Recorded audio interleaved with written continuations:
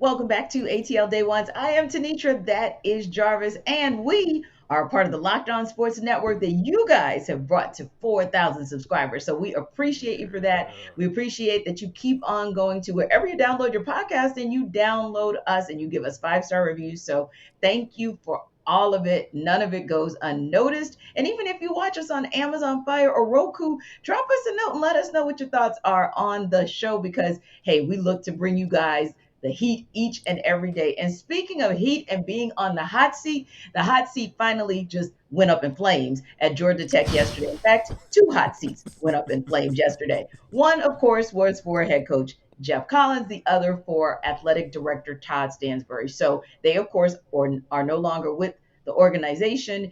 And obviously, Geoff Collins, with the record we saw, 3 wins, his 4 seasons, 3 out of the last 4 seasons. And then you think about a blowout loss, literally a shutout a couple of weeks ago.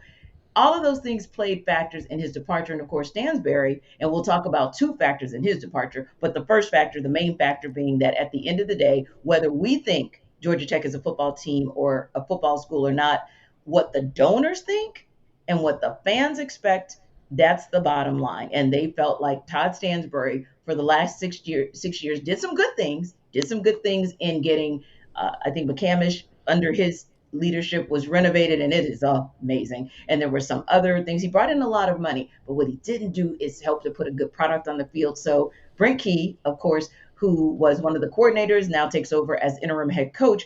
But the real question is this: doesn't really seem like Tech is going to be in a hurry to hire a Right. new head coach until they hire an AD. Probably want the new AD to get his own guy in, right? Right. Understood. So, but it makes you think when you see all the quick trigger action around college football, how quickly is this fan base, these donors, and even President Angel Cabrera, how quickly do they want to see a turnaround? Or are they going to, as you've said in our last segment, practice some patience? You know what? I think the main thing is to get the right guy. And I think that if you get the right guy, then the patience will come. Yeah. Because, just like I mentioned with Arthur Smith is a really good play caller. And I think he's going to eventually be a really good head coach. Mm-hmm. So there are determining factors to that, right? So if the guy comes in and he sparks the fan base, he says all the right things and he wants to bring a different type of culture to Georgia Tech.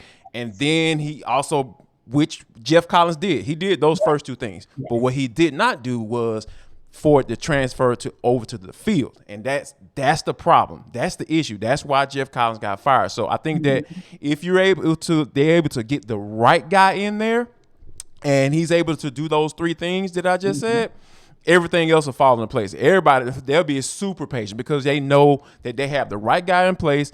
And I Mm-hmm. think that, when you have the president of your school saying, oh, hey, we want to be among the best in athletics, just like in everything we do. Yes. From an academic standpoint, Mm-hmm. there's no question what Georgia Tech is. But Yes. when they say they want to have athletics in that same conversation, they want to be in those things to be synonymous with each other. Mm-hmm.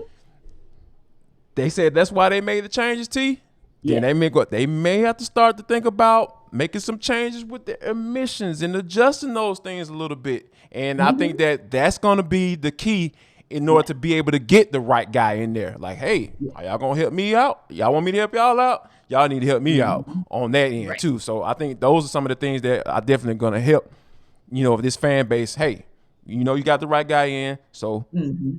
practice patience. Yes. So, what does the right guy look like to you? Is that a safe hire? Is it a gamble? Is it a splashy name? Because you go back to this. In other sports, they have had a lot of success, especially their women's sports. We know Yes, that their Georgia Tech women's basketball team went quite deep into squad. the postseason last year. So yeah, they do what they're supposed to do, but it's and they have, I wouldn't say they've taken gambles necessarily, but they definitely have gone with, I would say, a splashy name and a safe hire all at the same time. Like they've gone that Right. route. But this is arguably the most visible position at the university that they've had to decide, okay, which direction do we go? And so I mean, are they going to play it safe, you think? Are they going to go with like a gamble, kind of shoot the dice, see what happens? Or is it just going to be bam, this name, because we know from a recruiting perspective, we got to do something to take some attention from Athens? You know, I think like it can't be safe. Like if you approach it with that mindset, that then you Mhm. get guys like Bill O'Brien and what's the suit and tie guy, Al Golden down in Miami. You know, those are the type of hires you get when you go approach it Yep. with that type of manner, right? Like you can easily say, "Oh yeah, let me go get Jeff Monken from Army. Yeah, you know, he Right. can get things right." Yeah, Right. that's not what Georgia Tech needs. And I'm not No, saying not you at go all. to the opposite extreme and like and just jump all out there willy nilly Hmm. like you did when you gave Hmm. Geoff Collins a 7-year guaranteed contract. You know, and he was only 15-10 at Temple. You know that I'm not saying do that, but what I am saying is like I even got an example. T. I did a little research, right? I got a guy that would be the perfect for Georgia Tech. Hmm. Remember Thomas Brown, the running Hmm. back? They played for University of Georgia. How about that? Hmm. Georgia Bulldog getting the Yellow Jackets right. But I think he would be a great candidate. Uh-huh. Here's why. Like he's already interviewed for an NFL head coaching job, right? He's already Hmm. been a candidate on that landscape. So that kind of gives you the kind of a picture, a deep dive into what he is as a coach on that level. Right. Now, like I had a conversation with one of the more respected high school coaches in the Hmm. state of Georgia, in Hmm. DeKalb County, where Yeah. I'm from, where I played.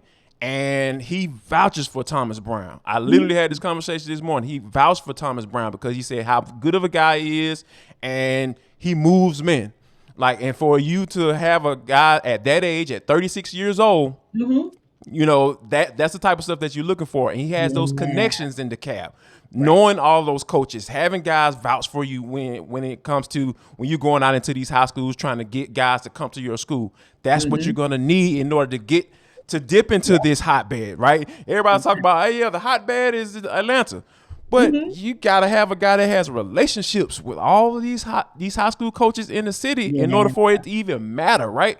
You know, Hmm. because Hmm. like you said, they'll go to Georgia. Like they Yeah. understand what Kirby Smart's bringing to the table. Like that's That's easy. it. Hey, Kirby want to see you today. Okay, Right. let me go ahead and go in here. You know what I'm saying? That's an Hmm. easy Yeah. conversation. But Geoff Collins, snake oil salesman, maybe. You know, Yes. you don't want that to be said about your coach. So I think that, Right. you know, Yeah. Yeah. Thomas Brown is the type of guy that I feel like that can, be that guy to take Georgia Tech to where it wants to be. Whatever Yeah. that is, whatever that may be. Yeah, and the other thing is, if you're going to go with someone who is safe, I would say go safe, but like, and be true to yourself, but kind of be a little bit edgy. Mm, So, in other words, okay, yes, you went with someone like a Geoff Collins who didn't have a whole heck of a lot of head coaching experience. indeed. And so some may say, okay, well, why go that route again, or why go the coordinator route? Well, I would think, and this is just a prototype, not saying that it would be Todd Monken, Right. but that kind of a coach, that kind of OC is who you want. One who is under the tutelage of a highly successful head coach. Yes. And the most recent example is Kirby Smart. Look at Mm-hmm. how his tree is developing. I Yeah. mean, it's amazing to see what's happening with his tree. So if it's me and I'm Georgia Tech and I'm trying to eat into what Kirby Smart is doing as a starting point, win Georgia, okay? You got to, and some you got to make a dent in Georgia, then go down the street to Athens. Look at that tree and see who might be interested in coming up the road, or even somebody who may have gone, maybe kind of a little further down the tree, but has gotten some more maybe assistant head coaching experience, that sort of thing. I think that might be sort of a gamble, but then a safe hire all at the same time, because you have all of that success that is underlying what Yes. has been able to be accomplished in Athens. Now, the other piece there is this. You look at Georgia Tech, and I said this yesterday. I said there were, to me, three possible hot seats. Geoff Collins, which his seat blew up in flames. Todd Stansbury, seat went up in smoke. But my question is, on the heels or the eve of the start of college basketball season in about a month and a half, what does this actually mean for Josh Pastner? Because Josh Pastner has gone on and off the hot seat almost since the day he got to Tech, and he asked us for 5 years. Well, we're here. You know what? And just to add one more quick thing before I get to Josh Passion, I think that Todd Monken would be that type of guy, right? And be able to steal him, so to speak, from UGA. I think Georgia Tech fans would absolutely love that. So I really like that Todd Monken selection. But when you talk about Josh Passion, right, like he kind of came in with the hoopla a little bit, Yes. he came in with the, hey, he's a great recruiter, and then you had Mhm. the whole scandal thing, and he ended up coming out somewhat clean, but Right. he still has some Still be dirt up doing under his his thing. fingernails. Yeah. You Yeah. associate yourself with fleas, with guys with fleas, you're gonna get fleas. So he still came out a little bit dirty. So That's I think right. that Georgia Mhm. Tech understands that, and I think that he's has to be on notice as well, Yeah. because Yeah. when you talk about what program should be rolling, rocking and rolling, Mhm. I know if you ask a lot of people that's from this city and understands the history of Georgia Tech in this city, Mhm. they would say the basketball team. That's Exactly. first thing to I come to would say mind. it, and I'm not even Like, arguing. there's no reason why you shouldn't be good in basketball. Right. Sorry. Yeah. Yeah. Like that to me, Yeah. I know that Tech fans are upset about football Right. because you want football to be number one. Any college in the South wants football to be number one. But in all honesty, yeah, I'm not a Tech fan. And what disappoints me is, well, what's up with the Jackets basketball? Like, what's up with that? I mean, don't get me Yep. wrong. What we saw Jose Alvarado do last year and what he Right. then did with the Pelicans this past season was amazing. But you Yes. don't just want to have one player to go that route, or you don't want to just win ACC because everybody else forfeited because we were right on the cusp of the pandemic, Man, man. and Right. that's when Yeah. we were the conference. No, we want it to be take people back to the days of Dennis Scott or Stephon Marbury, Chris Bosh, Mark Price, John Sally, and I don't know if any of those guys really have a true deep interest in coaching, but I also know that sometimes if they dip their toe in the water and they have a real affinity for their alma mater, coupled with, and no offense to Geoff Collins, but coupled with more success than at a high There level, you at go. the NBA Yep. level, then you might Mm-hmm. be able to snag some of those guys that this program has been known for over the decades.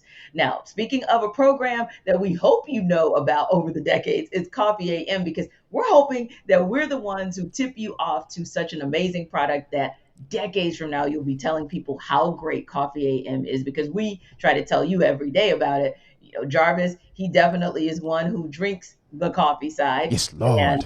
I tell you, getting up as early as I have to get up now for work, in a minute I'm going to become a coffee drinker, but I still love my green tea. That is the thing for me. And I think it's cool that they have gift sets. So you don't have to be a coffee drinker. You don't even have to be a tea drinker. But if you know a coffee drinker or a tea drinker, it might be a great gift for you to share with them. So if you want to know more about a small batch roaster, the best one in the country, who goes all over the world to get the best coffee beans to make that coffee for you, the same day or not long before or after you actually purchase it, go to their website, coffeeam.com/locked on. Will actually get you 15% off your first order. So again, that is coffeeam.com/locked on. Go get 15% off your first order. And when we come back, we're actually going to shift right now to For the Culture. We got to talk to you guys about some things that we like. Sometimes, Jarvis, change is good. And I think the NFL, they finally get it.